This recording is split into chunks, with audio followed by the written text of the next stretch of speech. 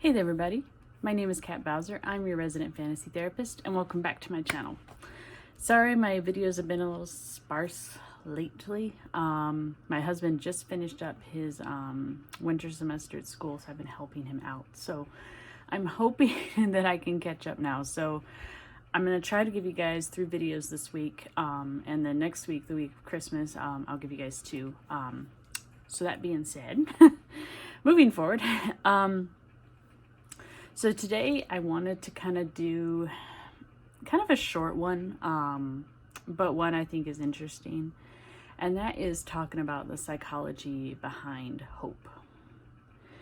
So I wanted to talk about this because this seems to be the season where everybody's talking about hope, and I definitely think it's for good reason. I've always found hope a very interesting prospect because it really is this very powerful emotion, this very powerful thought process, but not always for good, but not always for bad.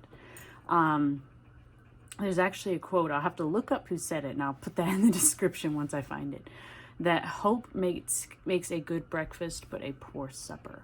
And I really think that has some truth to it because hope is usually a strong motivator, and it is something that can get someone started on a goal and focused on a goal.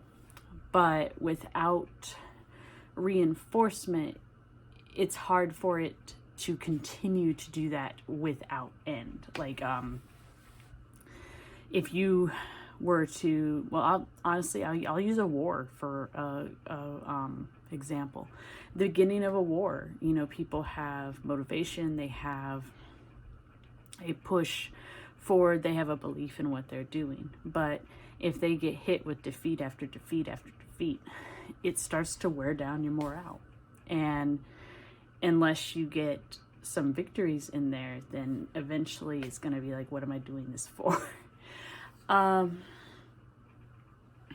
So when it comes to hope, I think there's a couple things to take into account. Now, if you talk to people about the prospect of hope, different people have different ideas depending on what we call their therapeutic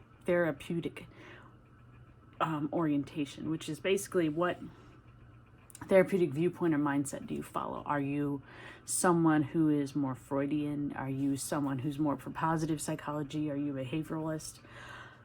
I hate this question. This is a question I actually got asked for my internship when I was doing my master's program. And I told my clinical supervisor, who became my clinical supervisor, I told her, I hate this question because in my mind, there is some truth to almost all the therapeutic orientations. They're not all right, but they're not all wrong either. And so for myself, when I work with clients, I use all of them, depending on what works for the client and what works for their situation. So when it comes to the psychology of hope, I'm kind of the same way.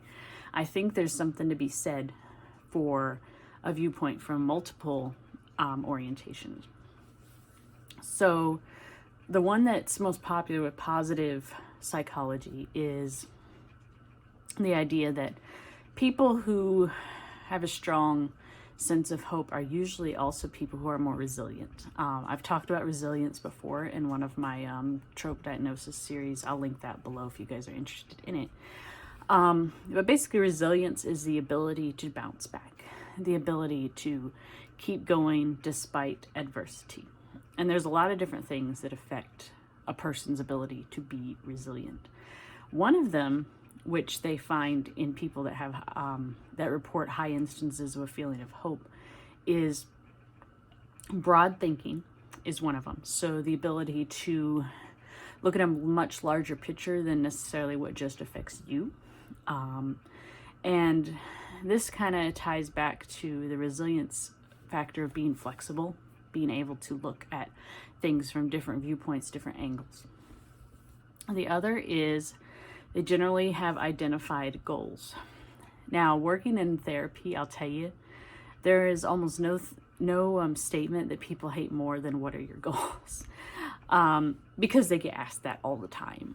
But the reason we ask it is because, as a general rule, if you have an identified goal, it's easier to set up steps to reach said goal.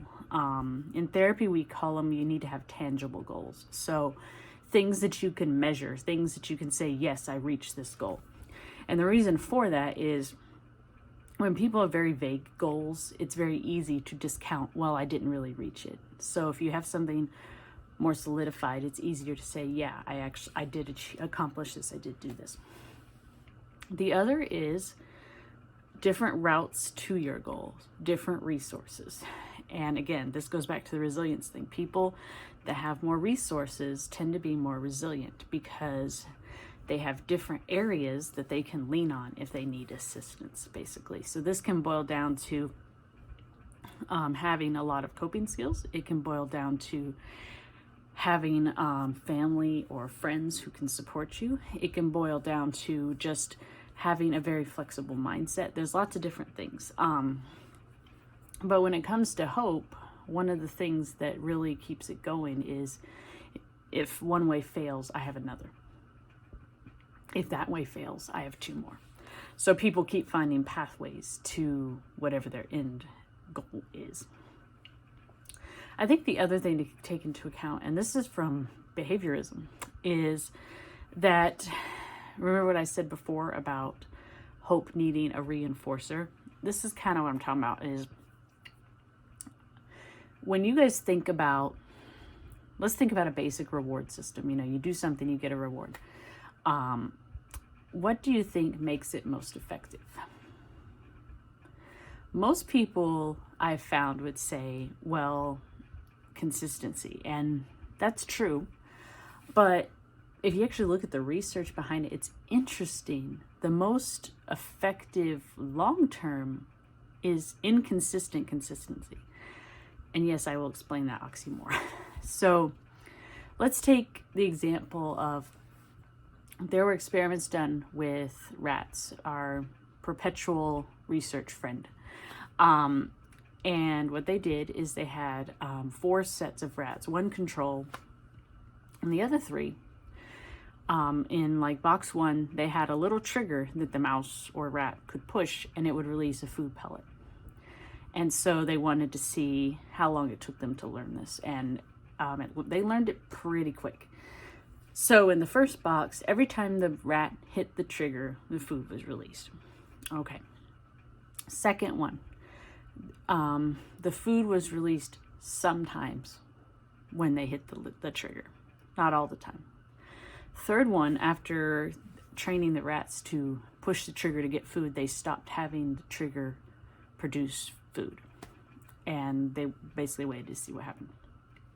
So, like I said before about the no reinforcement thing, the rats where the trigger no longer produced food very quickly essentially got what we call learned helplessness, which is where essentially you give up. It's much more complicated than that, but for the purpose of this video, I'll keep it in simplistic terms. The first rat, they just kept it as, you know, hit the trigger, get food. But what they found interesting was the middle one, where it wasn't every time that they got food, but it was occasionally. They were never quite sure when it would happen. And so what they did after this is they went to untrain them from the trigger.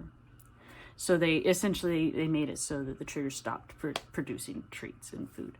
Obviously, the third rat had already had this done. First rat took a little bit, but they learned.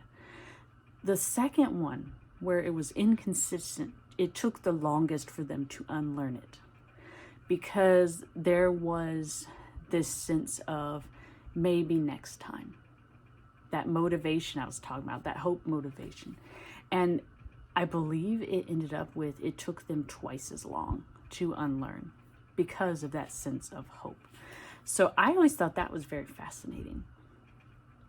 And I think it also ties into, take into account people's history, people who have been through, unfortunately, a lot in their lives. I've noticed that they usually have a skeptical view of hope, but they still usually have a lot of it. Obviously, this varies by person, but I'm just reporting from the people I personally worked with.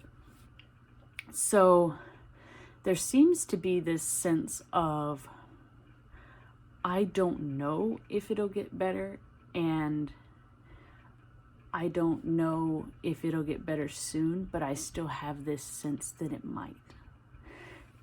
And I think that's interesting because humans, as a general rule, when we go through trauma, our brains very quickly start to sort out negative things in an attempt to help us and protect us.